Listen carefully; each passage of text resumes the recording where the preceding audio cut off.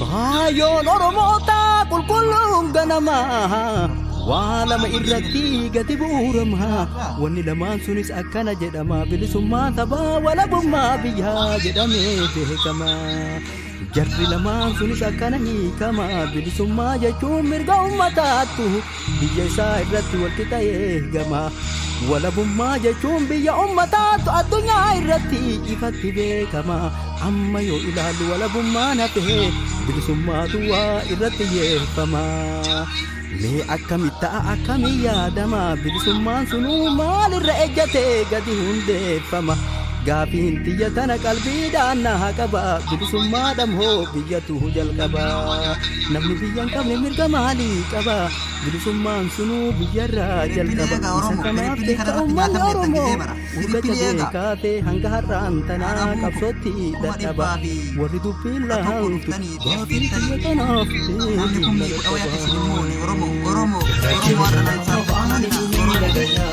Dugugori kakala kumbaya nama pena nagaya Nopati sama pemata kawakaya Lagi seminggu lapana ya bisaka Ya saya beli semua kuala kuman Kumbaya walau kutlehaya Mewah saya kodalam wangaya Jangan kena tani meragaya Dugugori kakala kumbaya Dia nama pena nagaya Nopati sama pemata kawakaya Lagi seminggu lapana ya bisaka Ya saya beli semua kuala kuman Kumbaya walau kutlehaya Mewah saya kodalam wangaya Kayon sabakena kuno asidabde Kayon sabakena kuno asidabde Gafin adda sababala keessa kaka'uu jalqabde Ati yoom argatte walabummaa biyyaa takalee tadabde Galtee fudhatte moo poostaan si dhaqqabde Meesi huuga afanna Oromiyaa jettee kaleessa lallabde Har'a maal argannaan Oromiyaan hafte Tooppiyaa takkatti jechuu jala qabde Kayoon kaleessa haatiif kayoon har'aa kunoo asirra wal dhabde Ufii dhamaatanii nulleen dhamaasina Galmee sabni hin beekne gannutti yaadina Gaafii sabni hin feene ufumaan kaatina Harkuma keessaniin onnee sabaa keessaa ufilleen baasina Saballeen aarsinaa ufilleen xaarsina Diinni lachuu diina gargarii hin laallu nutti hin faarsina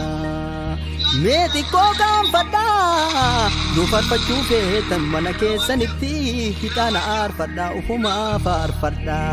Kun Oromoon laalu kaayoo Oromoota halagaan hin dhaalu Lammii teenna irra halagaan nuun jaalu Nuti dhaaba keenna guddifnee jaalannaa guddoo jala ceena Hoogganoota dhuga warra qabsoo sabaa galmaan ga'u keena Dugugori kakala kumbaya Dia nama pena nagaya Nopati sama pemata kawakaya Lagi seminggu lapana ya bisaka Ya saya beli semua kuala kuman Kumbaya walau kutlehaya Mewah saya kodalam wangaya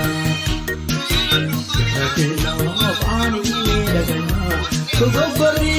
kakala kumbaya لما كنا نجيان صبري صاب المدى كوالطيوة لفاتا يا بصفا بياتا يا بيني سمها وانا بمان كوني ملي وانا نبني هاتا يا نيوة الطيوة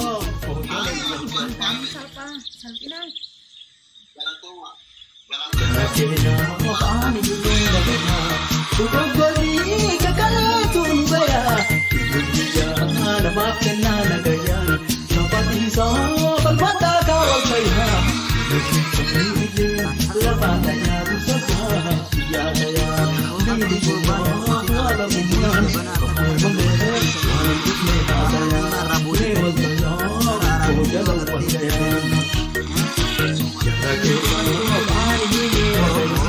Tugokori kakaletun baya lama kena nagaya seperti sabal mata kawal saya sendiri lebatnya bersama dia saya pilih semua wala bukan mengelir untuk mereka saya lewat saya oh jalan saya Ayon oromota kulkulung ganama wala mairati gatiburamha wani laman sunis akana jedama bilisumma taba wala bumma biha jedame behekama jarri laman sunis akana hikama bilisumma jechun mirga ummatatu biasa irratti wal kitaye gama wala bumma jechun biya ummatatu adunya irratti ifatti bekama amma yo ilalu wala bumma nafe bilisumma duwa irratti yefama me akkamita akkamiya dama bilisummaan sunu maalirra ejjate gadi hundeeffama gaafiin biyya tana qalbiidhaan na qaba bilisummaadham hoo biyyatu jalqaba namni biyyan qabne mirga maalii qaba bilisummaan sunu biyyarraa jalqaba isa kanaaf jecha uummanni oromoo urga cabee kaafee hanga har'aan kanaa qabsootti dadhaba walitti fuullahaa gaafii biyya kanaaf deebii nama qaba Tugokori kakaletun baya nama kena nagaya seperti sabal mata kawal saya lebatnya bersama dia saya diri semua wala bukan mengelir untuk lihat saya lewat saya oh jalan saya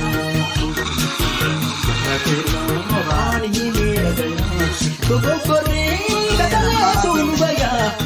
وانا ما شنفنا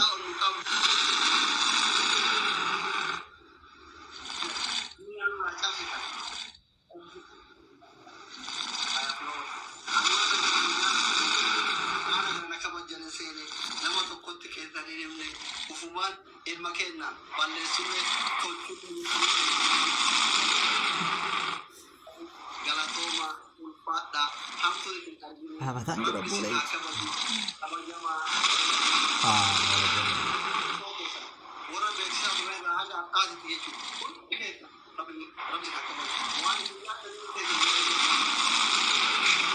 ini kan dia tuh jam meremah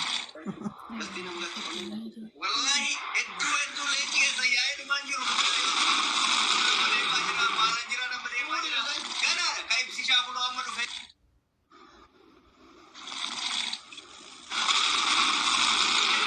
akka maduro na idan tu be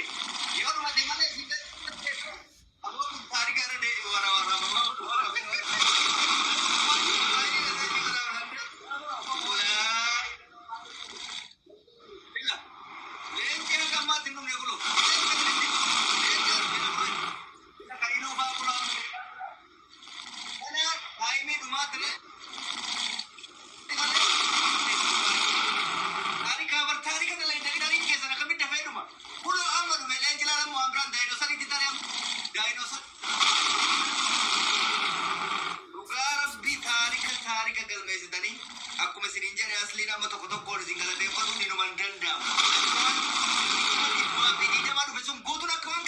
malam cuma itu belum kani galata rabbi fi oromo ni sinaga to fattu tabicha tabati kidin ni jaraw suma duga kan amma guman kafala me jira jechu guman kafaltan tarikawi ge mi balali